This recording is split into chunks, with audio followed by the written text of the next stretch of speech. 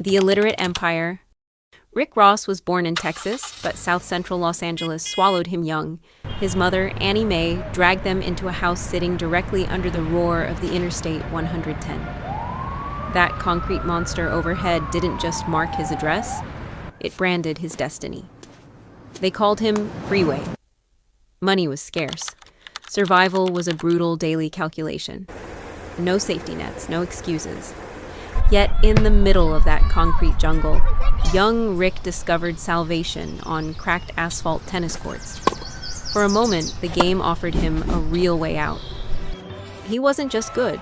Ross was a phenomenon. Lightning quick, strategically vicious, and freakishly consistent. Playing for Susan Miller Dorsey High, he dominated local tournaments.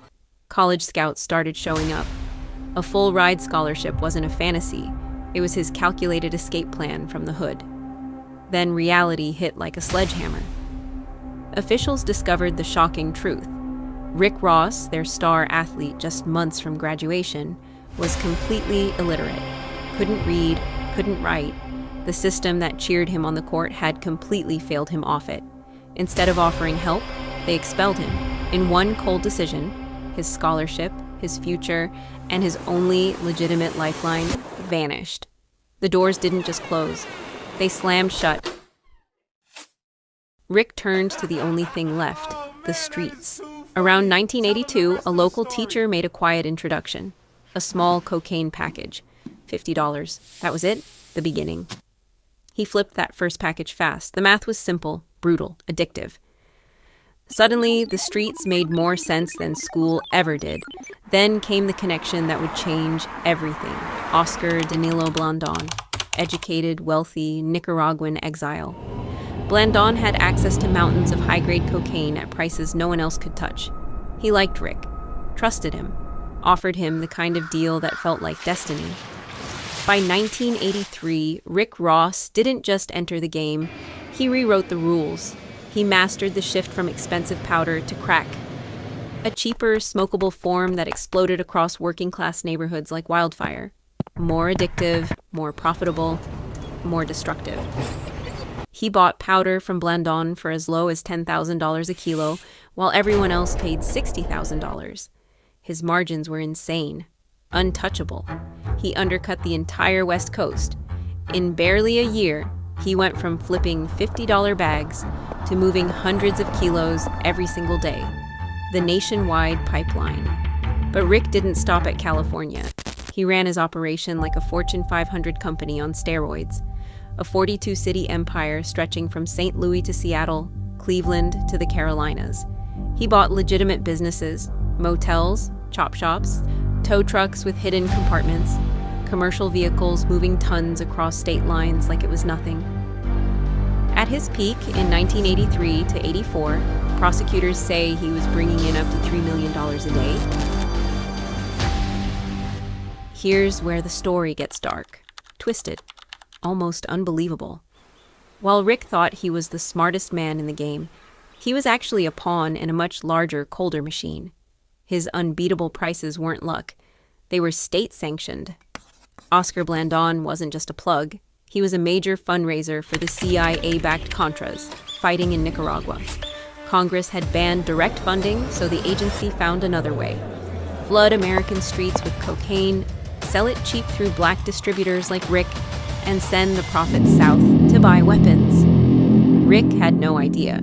To him, Blandón was just a solid friend with the best product. He never saw the geopolitical chessboard he was standing on. By the late 80s, the crack epidemic was destroying cities. The feds created special task forces just to hunt Rick Ross. He tried to walk away, tried to go legitimate. But the same system that built him decided it was time to destroy him. In 1992, they flipped Blandón, gave him immunity, a green card, money, and everything. All he had to do was deliver Rick. In 1995, Blandón called his old friend, begged him to do one last deal, 100 kilos at an unbeatable price. Rick, cash-strapped and trusting years of history, agreed. It was a trap from the beginning. San Diego parking lot. The moment money and product touched hands, federal agents swarmed, guns drawn, game over, life sentence. While Rick sat in a maximum security cell facing death behind bars, the truth finally crawled into daylight.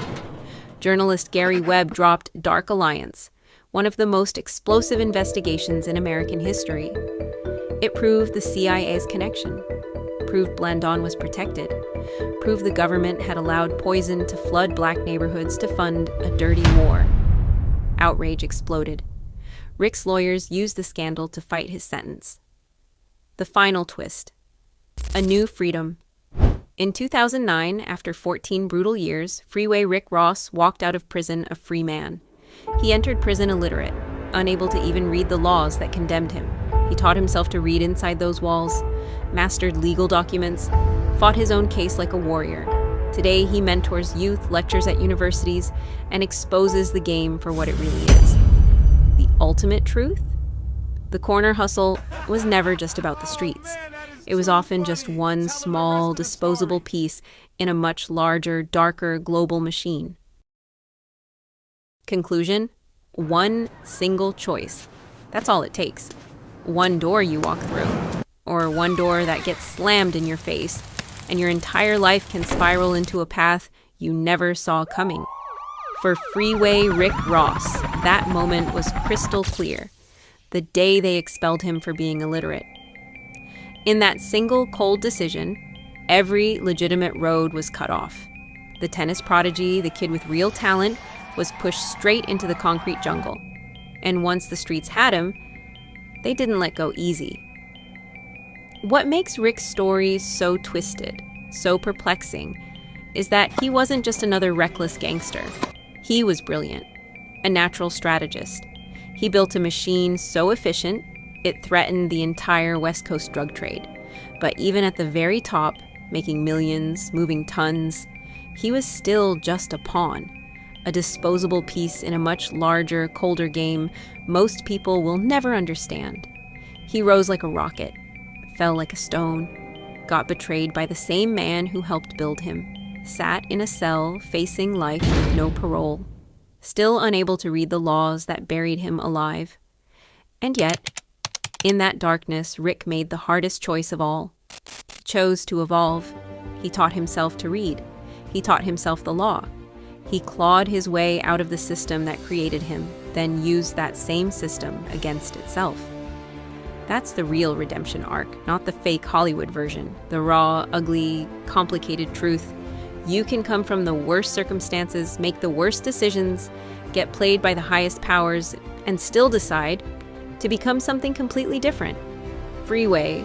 Rick Ross didn't just survive the game, he exposed it. He walked out and started warning the next generation about the traps he fell into. So the real question isn't whether the streets will pull you in. The real question is, when life finally gives you that second chance, what the hell are you going to do with it? If you're watching this right now and you feel stuck on a path you didn't plan, Rick's story proves one thing. The game doesn't have to have the final say. Redemption is possible, but only for those willing to do the dirty, painful work inside. That's what this channel is about. Gangstas and redemption. They don't have to catch you with no drugs. They can go with phone records. They can go with testimony. Normally what they do is they take a bunch of circumstantial evidence and they add it together, Okay, we got your phone records showing that you was here at this time. We got a hotel record show that you stayed in the hotel. And they just take a bunch of that circumstantial evidence, and then if they get somebody to corroborate all that circumstantial evidence, then they got a solid case.